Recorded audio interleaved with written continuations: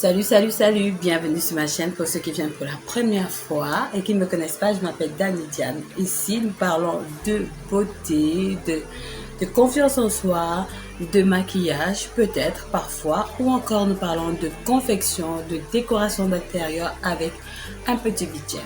Donc si tu n'es pas encore abonné, abonne-toi et like toutes les vidéos que tu n'as pas encore suivies.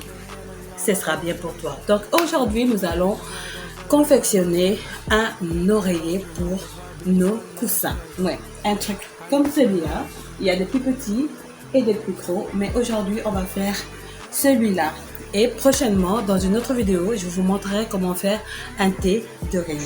Pour commencer notre vidéo, nous avons besoin d'un tissu et moi j'ai choisi du coton parce que c'est ce qui est encore mieux à mon avis pour faire ce genre de choses. Ensuite, on a besoin d'un mètre ruban, d'un fil à la couleur de notre tissu, d'une paire de ciseaux et des épingles pour bloquer notre tissu tout le long de notre confection. Ensuite, on a besoin d'une neige pour mettre à l'intérieur de notre oreiller. Ensuite, je suis allée sur Pinterest. Je vous ai parlé de cette application qui me permet de prendre des mesures exactes quand on ne connaît pas exactement comment faire pour mesurer. Alors, je suis allée sur Pinterest. J'ai pris une image qui me permet d'avoir des différentes mesures pour un oreiller, comme vous voyez sur cette image.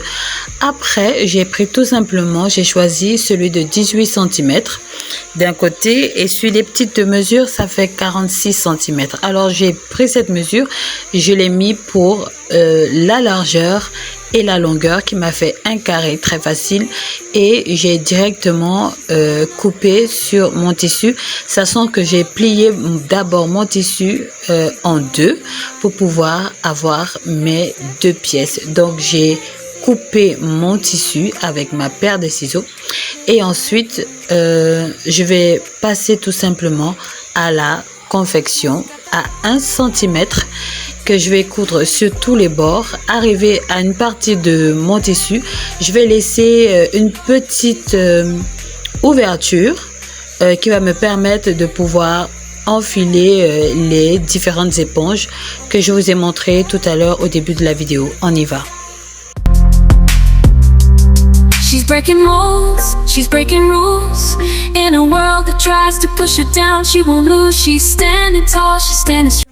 Après avoir cousu à 1 cm et laissé l'ouverture, je retourne mon tissu à l'endroit et je mets les éponges à l'intérieur à la dimension que je voudrais. Ensuite, je repasse à la couture pour fermer à 1 mm notre oreiller.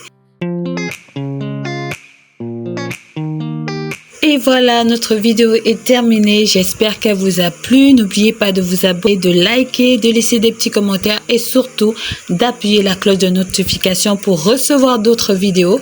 Prochainement, nous verrons comment habiller notre oreiller. Et moi, je vous dis à la prochaine. Je vous aime. Bye bye. Mouah.